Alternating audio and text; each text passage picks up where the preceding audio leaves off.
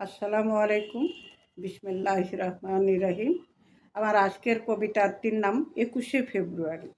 এটা লেখা হলো 21/2/2022 সনে লেখা।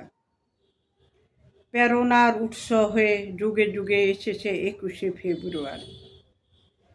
অনুতপ্ত হৃদয়ের অনুশোচনায় বাউন্নের ভাষা আন্দোলন, উদ্বেলিত শিহরণ বাংলার রাজপথ, রক্তে রঞ্জিত বেদনা সিক্ত বাঙালির ঘরে ঘরে।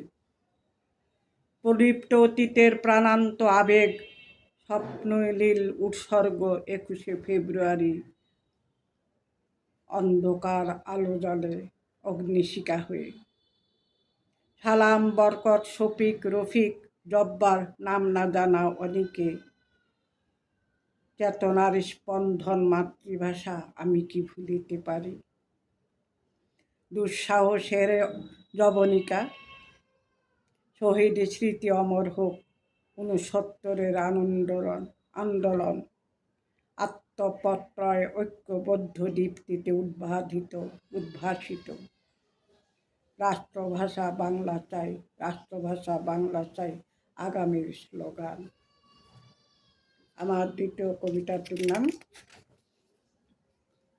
স্বপ্ন মধুর। কবিতাটি লেখা হলো 3/2/2022 সনে লেখা। যে কথা কখনোই কাউকে বলা হয়ে ওঠে নাই, মনের গহীনে লালন করা অব্যক্ত কল্পনা বিলাসী স্বপ্নগুলো।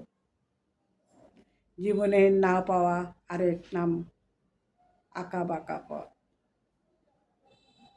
দীর্ঘ পথ, দিবানিশি রাত, আনন্দে আচ্ছন্ন ছিল আমার স্বপ্ন চারিদিন।